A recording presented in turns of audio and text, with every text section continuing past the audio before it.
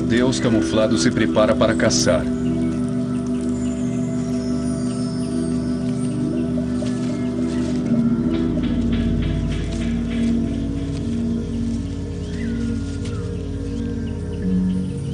Essa rã de mantela é grande demais para servir de alimento. Ela está à procura de sua própria refeição: cupins. O louva-a-Deus localiza um camaleão das árvores. Com cerca de 2,5 cm de comprimento, esse é o menor camaleão do mundo. Ele cabe perfeitamente na última falange de um polegar humano. Ele poderia ser uma boa refeição, mas por enquanto o louva-a-Deus não mostra interesse. O disfarce de folha morta deverá ser suficiente tanto para proteger o louva-a-Deus de predadores e escondê-lo para que não sirva de presa. Esse camaleão geralmente também se disfarça de folha morta, para evitar ser comido. O camaleão das árvores tem muitos primos maiores em Madagascar, muito maiores.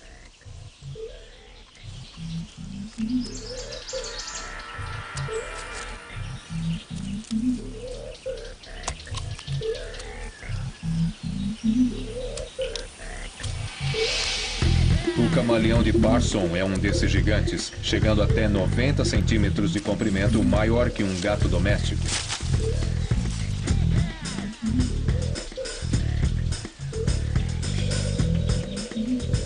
Mais de 50 espécies de camaleões vivem em Madagascar, um número maior do que em qualquer outro lugar do mundo. O isolamento significa a inexistência de competição com outros animais do continente. Portanto, os camaleões espalharam-se em ambientes muito diversificados.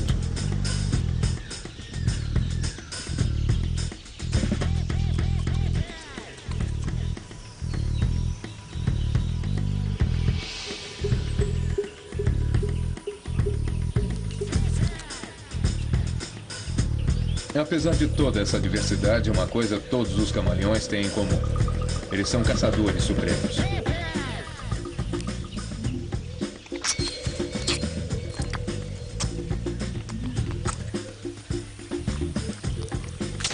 Muitos são capazes de estender sua extraordinária língua, deixando-a quase do tamanho do próprio corpo.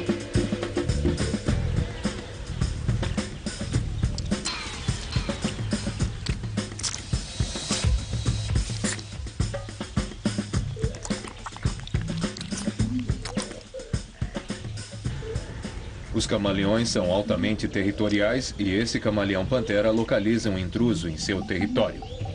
O rival é atraído por uma fêmea perto dali, que acende um aviso negro. Os camaleões não mudam de cor para se camuflar, eles o fazem para se comunicar. O macho defensor incha e mostra suas melhores cores para desencorajar o intruso.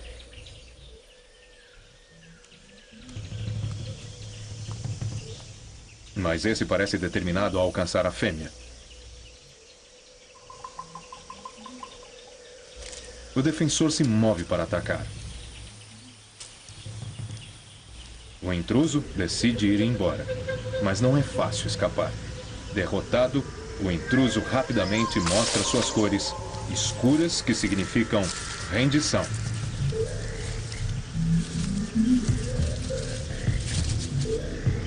Por enquanto, o território do defensor está seguro.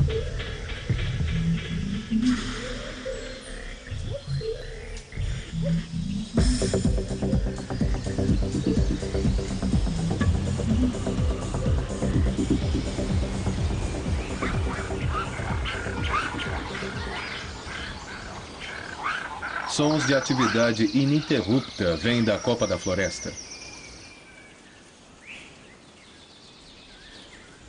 A movimentação dos trigêmeos mantém a mãe apurada. Ela ainda não descansou quase nada e agora está na hora do almoço. Ela terá que deixar os filhotes sozinhos e, com toda certeza, não faltarão predadores.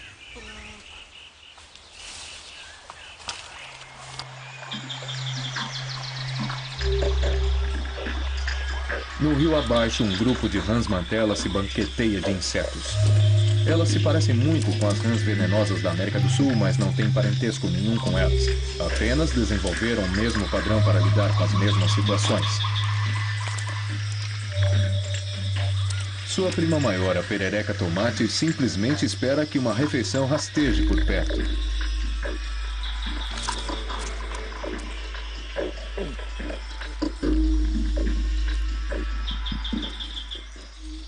A mãe lêmure de colar encontra uma árvore em flor.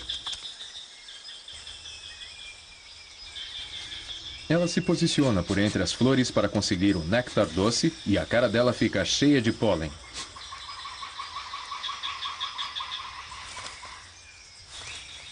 Suas viagens por entre as várias árvores dessa espécie, à medida que elas se movem entre elas em busca de néctar, poliniza-as.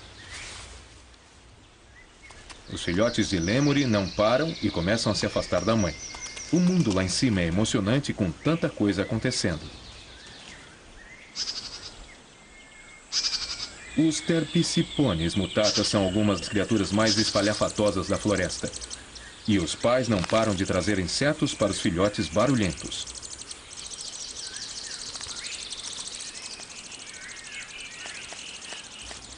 Os jovens lêmures precisam se apressar para explorar, mas eles ainda são desajeitados. 2 deles normalmente viajam para toda parte nas costas da mãe, mas acidentes podem acontecer. Uma grande serpente de Madagascar está à caça perto dali. A mãe está ocupada demais se alimentando para notar.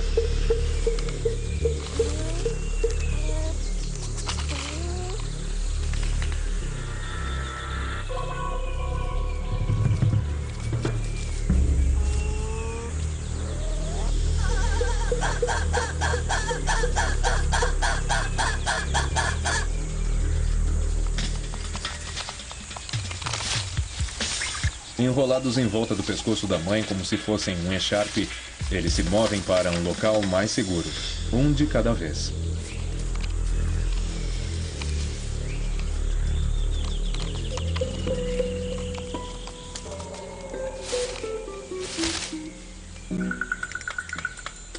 Ela leva o primeiro para o local seguro e retorna rapidamente em busca dos outros.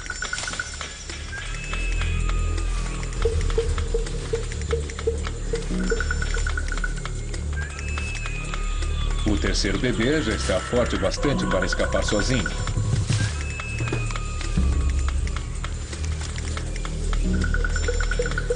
Finalmente, os trigêmeos estão a salvo.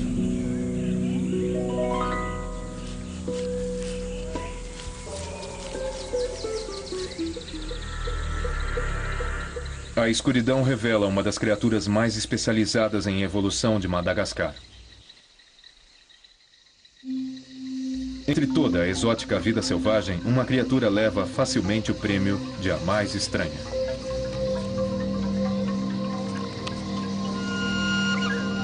O Ai-Ai. Apesar de sua estranha aparência, o Ai-Ai é, na verdade, um lêmure com algumas incríveis adaptações na hora de procurar alimento.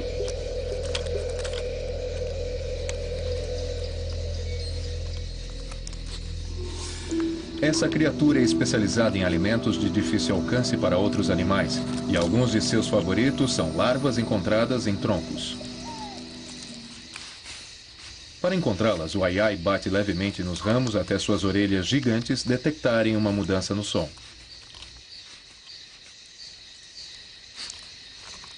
Assim que um túnel de larvas é localizado, o Ai-Ai abre-o com seus dentes super afiados.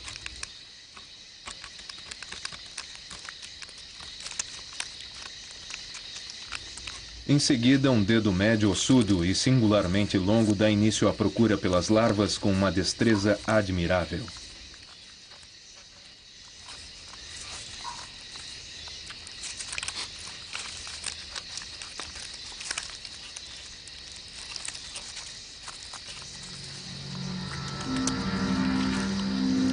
A aparência do Ai-Ai é tão estranha que no passado alguns habitantes da ilha os matavam assim que os avistavam, temendo que fossem mensageiros da morte.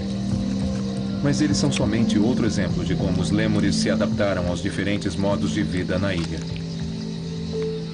Onde houver uma oportunidade, haverá um lêmur esperando para agarrá-la.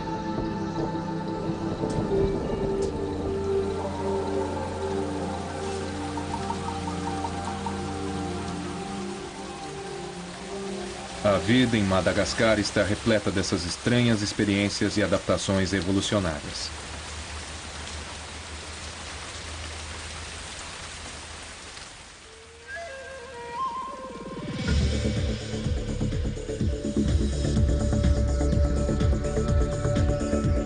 A água da chuva, as nuvens e a névoa saturam a elevada altitude da floresta.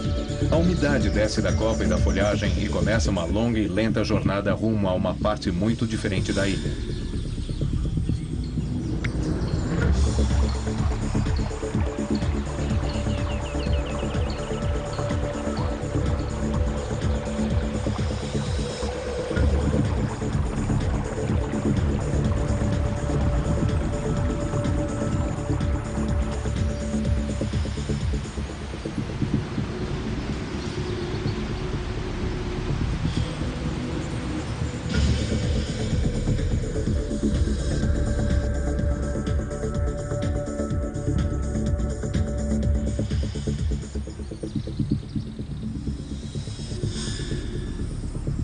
Mais de 300 quilômetros corrente abaixo, o rio flui através de uma vasta e inacessível paisagem, onde erguem-se torres de calcário chamadas de Tsingy de Bemeraha.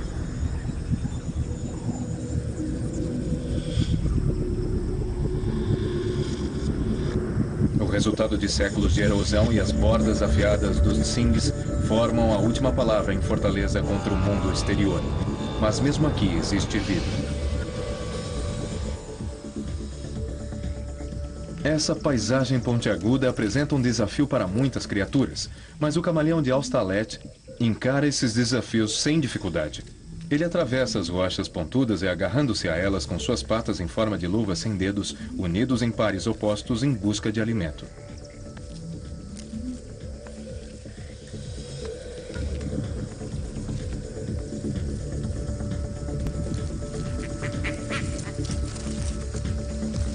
A erosão fatiou as bordas afiadas dos Tsinghys e criaram um labirinto de fendas de cerca de 30 metros de profundidade, dando origem a mundos escondidos para as criaturas que vivem aqui.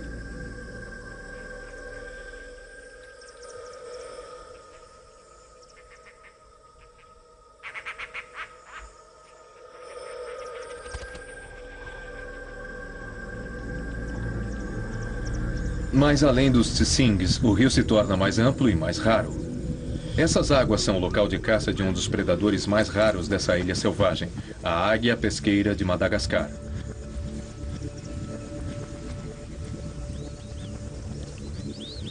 Com uma envergadura de asa de 2 metros, a águia pesqueira é a maior ave de rapina da ilha. Mas apenas cerca de 200 delas vivem aqui.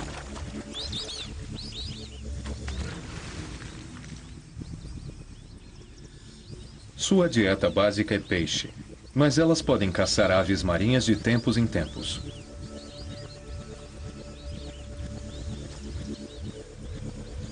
Essa águia tem parentesco com a águia americana, mas ela vive somente aqui e é uma pena que agora esteja ameaçada de extinção.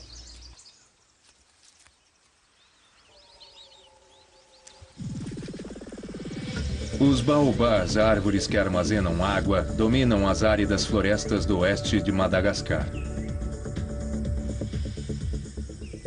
Aqui não chove há 9 meses. Muitos dos leitos de rios menores agora não passam de lama seca e rachada.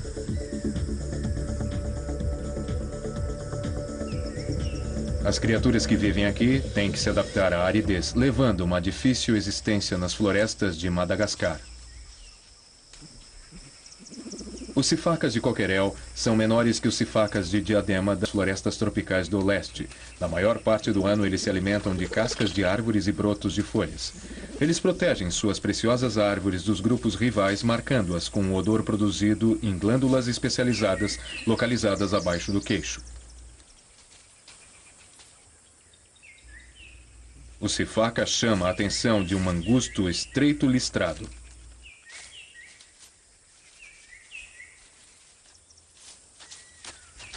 Essa criatura sobrevive na estação das secas alimentando-se de formigas e larvas que ele retira do solo. Todos os animais se adaptaram às difíceis condições daqui e há jogadores maiores do que um mangusto estreito listrado à solta.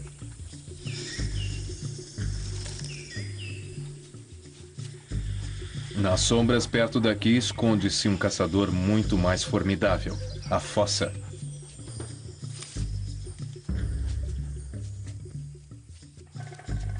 Mas a fossa não está interessada no mangusto. Ela tem uma refeição maior em mente. Voltaremos a seguir com Jardins do Éden, no Nat Geo.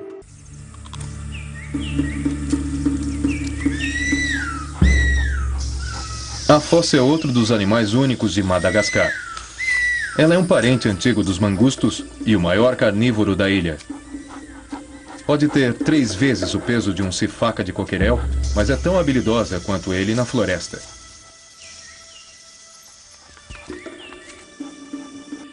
O sifaca soa o alarme.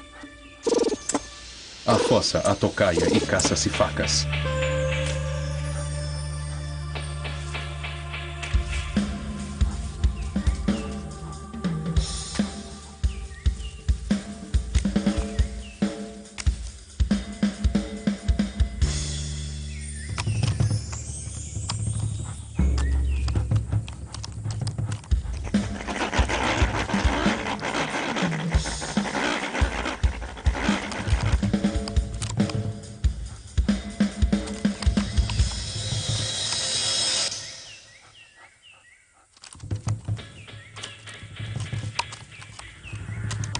Os sifacas carregam os filhotes nas costas e a fossa tirará vantagem de quaisquer vítimas do pânico gerado.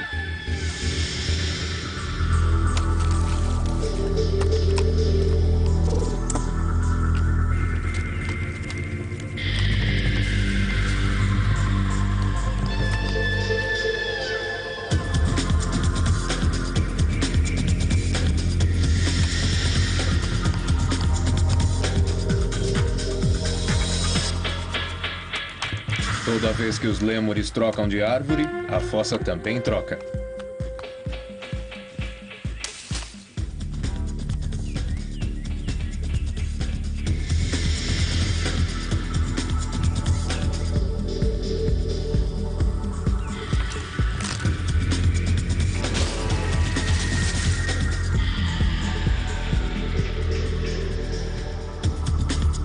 A caçada a deixa cansada. Uma emboscada silenciosa teria economizado mais energia no calor, e por enquanto, as vítimas escaparam.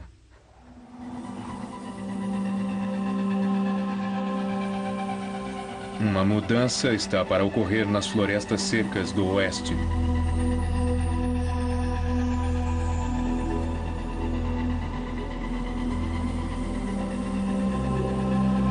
Finalmente, os meses de seca chegam ao fim.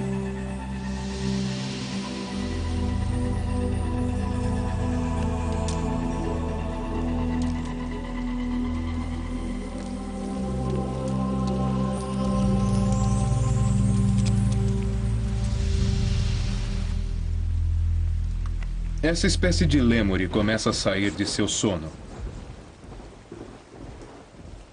Muitos animais dormem durante os meses de seca, mas logo se tornarão ativos outra vez.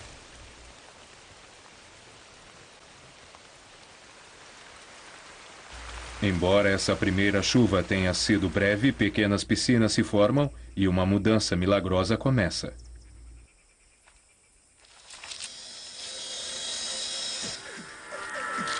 As rãs emergem da terra amaciada para iniciar seu intenso ritual de acasalamento.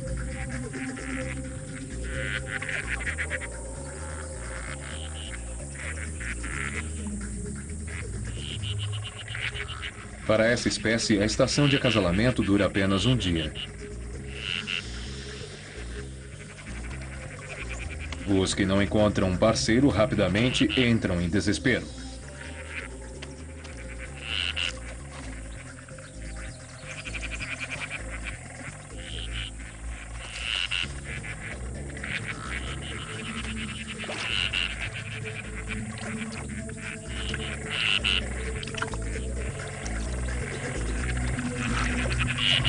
Óvulos e esperma são liberados e por este ano está terminado.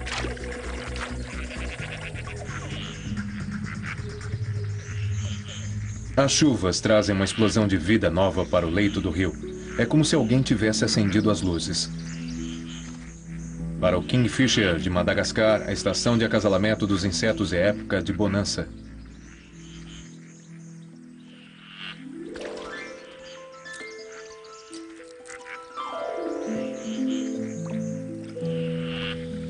Numa bela mostra de acrobacias, as libélulas molham a cauda na água. E cada vez que fazem isso, depositam ovos abaixo da superfície.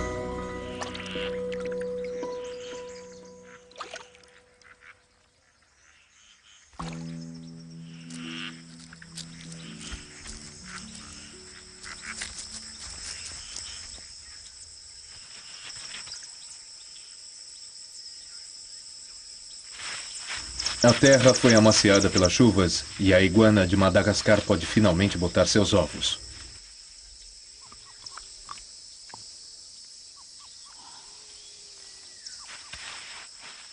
A iguana e a boa constritora são um mistério aqui, já que elas geralmente ocorrem na América do Sul e Central, nunca na África. Uma teoria é que seus ancestrais tenham vivido na antiga Madagascar há milhões de anos, quando ela ainda era parte de um supercontinente que incluía a América do Sul de hoje, antes de sua separação. A prioridade da iguana agora é empurrar os ovos o mais fundo possível, e depois enterrar o ninho, cobrindo-o para esconder sua localização.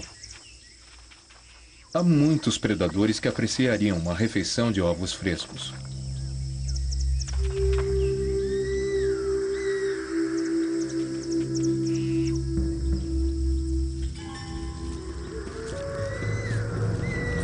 Essa espécie de serpente encontra alimento através de seu apurado olfato. Ela não representa ameaça a animais adultos, mas seu apetite poderia exterminar a próxima geração dessa iguana.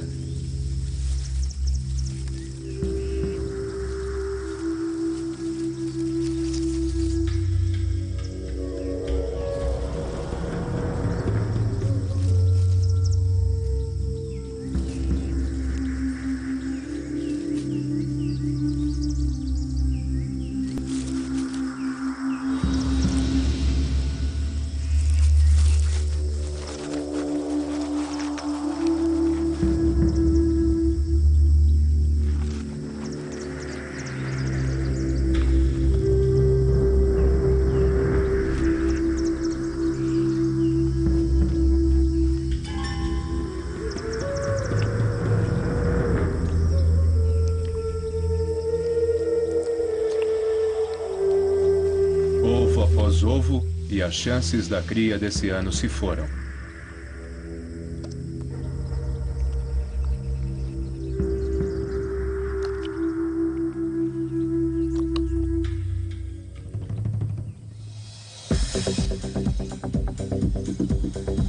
As primeiras chuvas fazem muitas árvores exibir suas folhas verdinhas. Em menos de 2 semanas, as florestas do oeste transformam seu marrom em verde. Em toda parte, criaturas dormentes voltam à vida.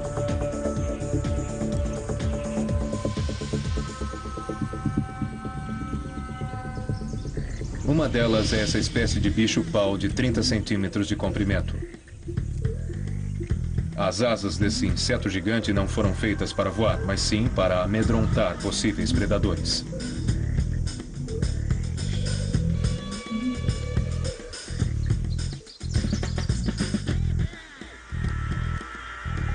O camaleão de Laborde acabou de se tornar ativo outra vez. Ele está procurando uma parceira e vê uma fêmea em uma folhagem próxima dali.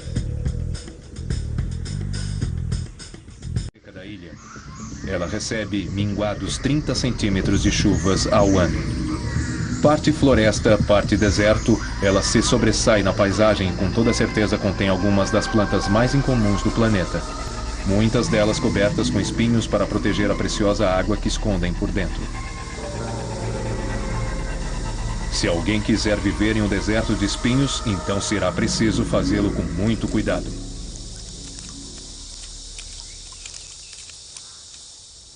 Um grupo de lêmures de cauda anelada negocia cuidadosamente os espinhos de uma árvore para alcançar seus brotos frescos. A folhagem macia deve valer o risco.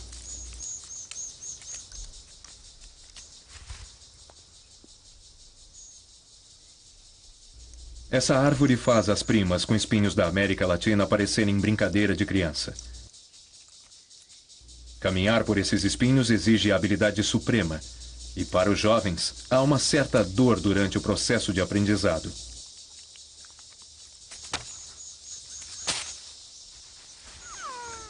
Os caudas aneladas amam tomar sol e geralmente são vistos sentados absorvendo seus raios de calor. Eles não vivem nas altas florestas tropicais do leste, preferindo as florestas abertas e secas, dado que passam mais tempo no solo do que qualquer outra espécie de lêmure. Eles também são a espécie mais social de lêmure, vivendo em grupos de até 25 indivíduos. Nos grupos maiores, várias fêmeas produzem filhotes. Para os filhotes dessa espécie, isso significa que um amigo para brincar nunca está tão longe.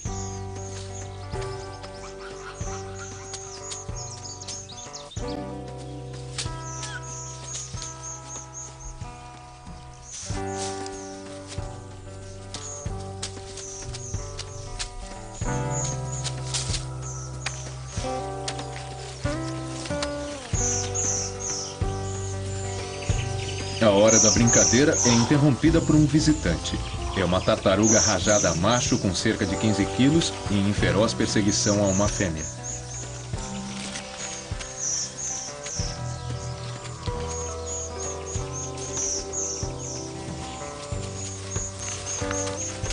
Se a fêmea ficar relutante, o macho demonstrará sua bravura, intimidando-a.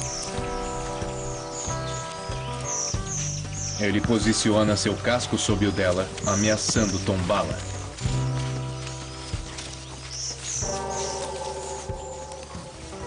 Finalmente ela cede.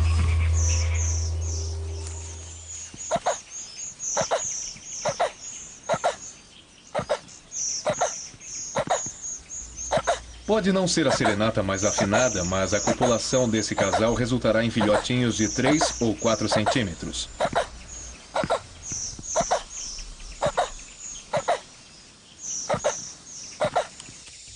Os sifacas de Verreau têm quase o dobro do tamanho dos caudas aneladas. Eles também estão em casa nas árvores da floresta de espinhos e são alguns dos poucos primatas que nunca bebem água, tirando toda a umidade de que precisam da vegetação que consomem. Eles se alimentam de jovens brotos dessa espécie de árvore que liberam látex branco e amargo para manter os insetos e os curiosos à distância.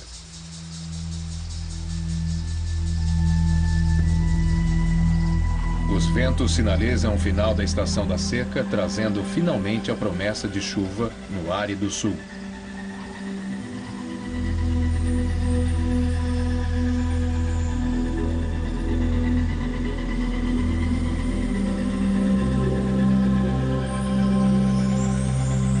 Durante meses, apenas areia juntou-se nos leitos dos rios, mas isso está para mudar.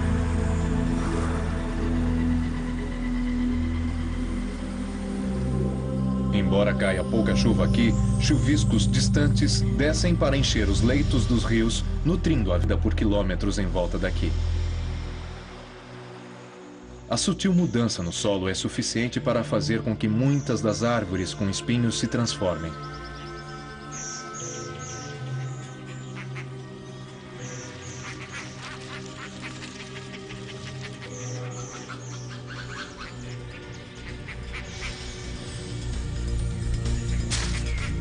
É meio-dia e os sifacas estão em busca de sombra. Para encontrá-la, eles precisarão atravessar um terreno aberto, mostrando os movimentos que lhes renderam o apelido de lêmures dançarinos.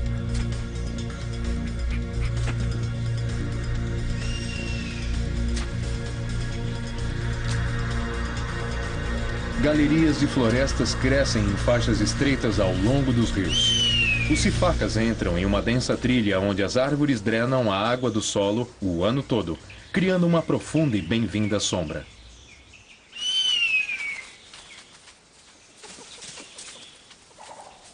Os caudas aneladas também fazem sua jornada através da galeria pelo solo. Eles vêm aqui procurar alimento e água.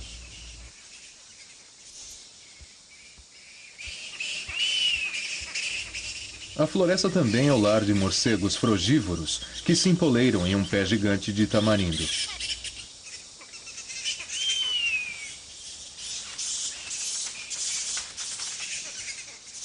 É a estação de acasalamento dos morcegos. Mesmo durante o dia, o poleiro ferve com uma intensa atividade.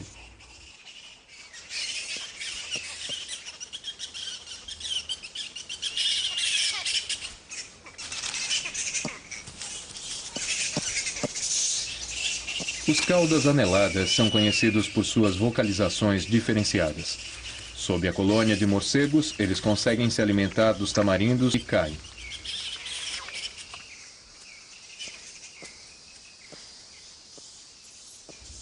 Essas duas aves, parentes dos cucos, também procuram alimento no solo da floresta. Como os sifacas, os caudas aneladas adultos tiram vantagem da sombra da galeria para descansar, mas para os jovens sempre é hora de brincar.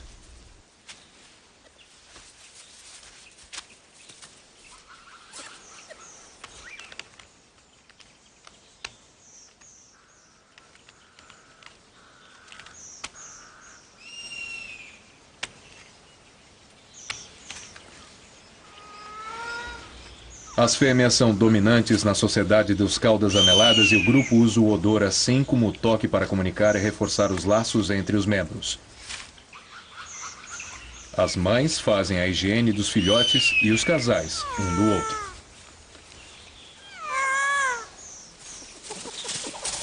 Os grupos de caudas aneladas podem procurar alimento dentro de uma área de 150 mil metros quadrados. Agora, eles estão indo para o rio.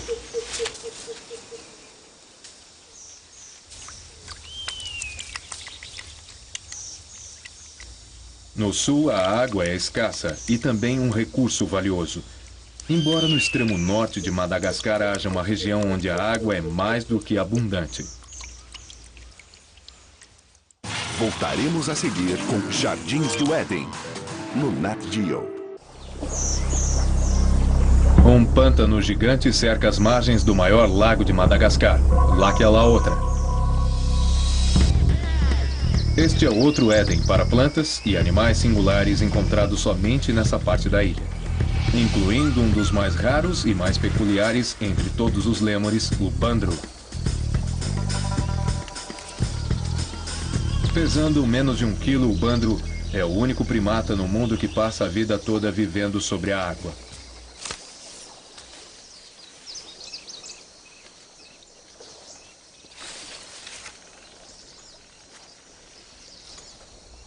Eles viajam em pequenos grupos e vivem de plantas que crescem nos pântanos.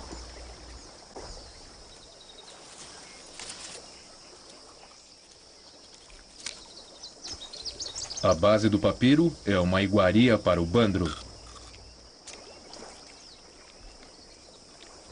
Durante milhões de anos, esse curioso pequeno primata floresceu na segurança do isolamento de Madagascar.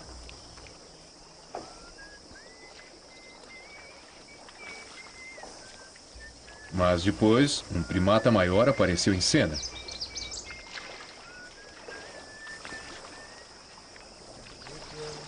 Cerca de 1.500 anos atrás, os humanos puseram os pés nessas terras. É sempre a mesma velha história. Assim que nos aproximamos, a vida animal tende a se afastar. Nessa área, a crescente pressão sobre os habitantes locais forçou os pescadores a queimar a vegetação em uma tentativa de melhorar seu acesso aos locais de pesca.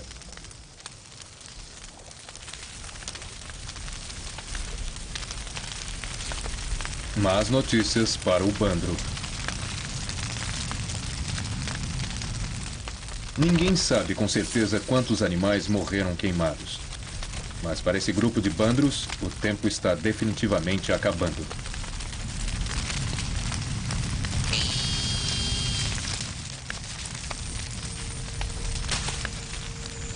Para escapar das chamas dessa vez, o grupo atravessa um pequeno canal em busca de segurança.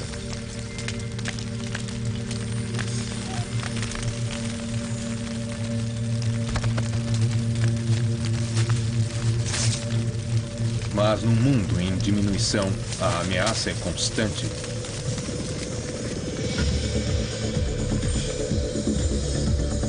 Durante nosso relativamente breve período de posse sobre um Éden selvagem como Madagascar, causamos mudanças irrevogáveis. Será que o Pandro acabará a próxima vítima das circunstâncias? Apesar da luta diária da população humana da ilha para atender suas necessidades básicas, essa não é tão má notícia para a população selvagem de Madagascar.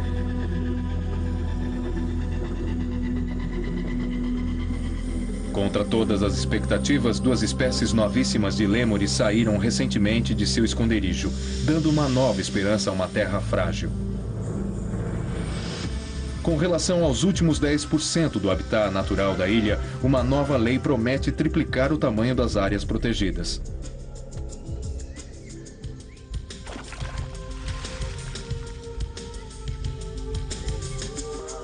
Com mais de 2/3 das florestas remanescentes de Madagascar sob proteção, a batalha para salvar esse mundo extraordinário está longe de estar perdida.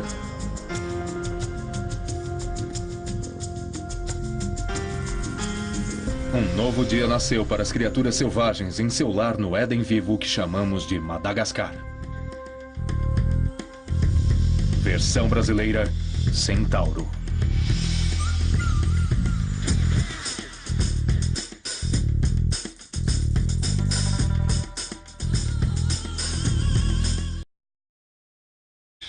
Ela se posiciona por entre as flores para conseguir o néctar doce e a cara dela fica cheia de pólen.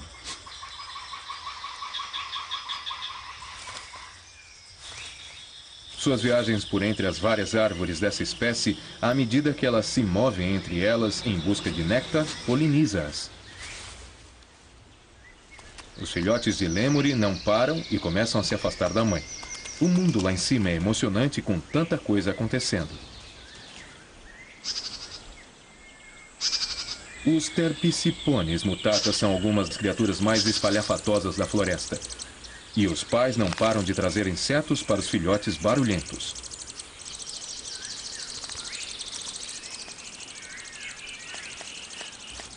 Os jovens lêmures precisam se apressar para explorar, mas eles ainda são desajeitados. 2 deles normalmente viajam para toda parte nas costas da mãe, mas acidentes podem acontecer. Uma grande serpente de Madagascar está à caça perto dali. A mãe está ocupada demais se alimentando para notar.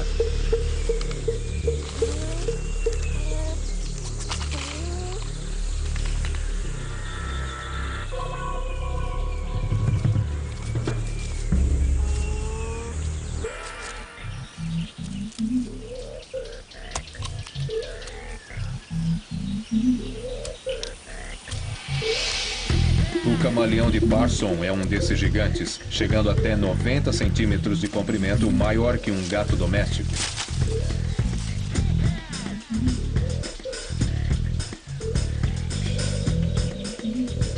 Mais de 50 espécies de camaleões vivem em Madagascar, um número maior do que em qualquer outro lugar do mundo. O isolamento significa a inexistência de competição com outros animais do continente. Portanto, os camaleões espalharam-se em ambientes muito diversificados.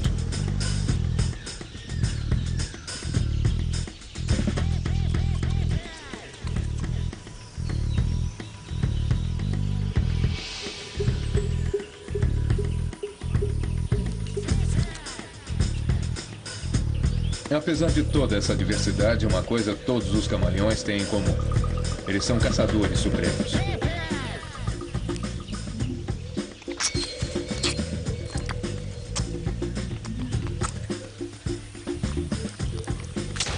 Muitos são capazes de estender sua extraordinária língua, deixando-a quase do tamanho do próprio corpo.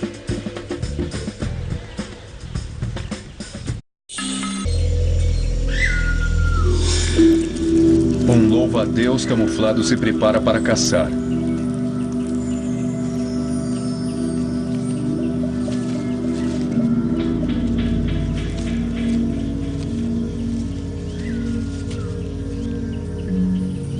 Essa rã de mantela é grande demais para servir de alimento. Ela está à procura de sua própria refeição. Cupins. O louva-a-Deus localiza um camaleão das árvores. Com cerca de 2,5 cm de comprimento, esse é o menor camaleão do mundo. Ele cabe perfeitamente na última falange de um polegar humano. Ele poderia ser uma boa refeição, mas por enquanto o louva-a-Deus não mostra interesse. O disfarce de folha morta deverá ser suficiente tanto para proteger o louva-a-Deus de predadores e escondê-lo para que não sirva de presa. Esse camaleão geralmente também se disfarça de folha morta, para evitar ser comido. O camaleão das árvores tem muitos primos maiores em Madagascar, muito maiores.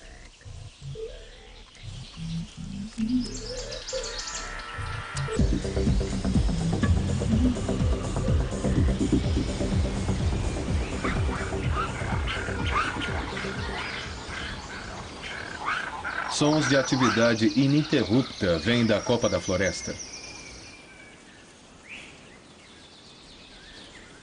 A movimentação dos trigêmeos mantém a mãe apurada. Ela ainda não descansou quase nada e agora está na hora do almoço.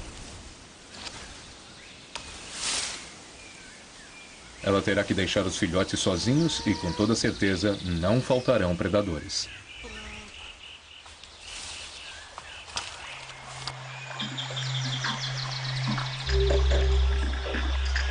No rio abaixo, um grupo de rãs mantela se banqueteia de insetos. Elas se parecem muito com as rãs venenosas da América do Sul, mas não têm parentesco nenhum com elas. Apenas desenvolveram o mesmo padrão para lidar com as mesmas situações. Sua prima maior, a perereca tomate, simplesmente espera que uma refeição rasteje por perto.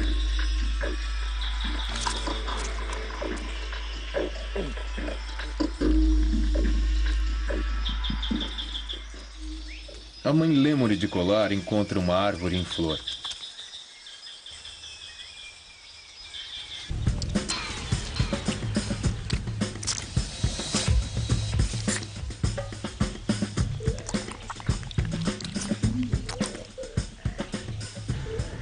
Os camaleões são altamente territoriais e esse camaleão pantera localiza um intruso em seu território. O rival é atraído por uma fêmea perto dali, que acende um aviso negro. Os camaleões não mudam de cor para se camuflar, eles o fazem para se comunicar. O macho defensor incha e mostra suas melhores cores para desencorajar o intruso.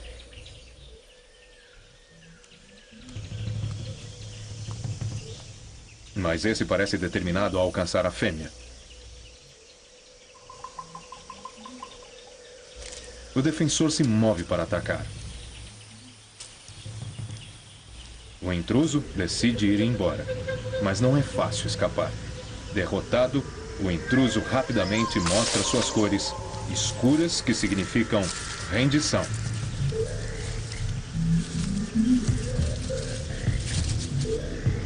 Por enquanto, o território do defensor está seguro.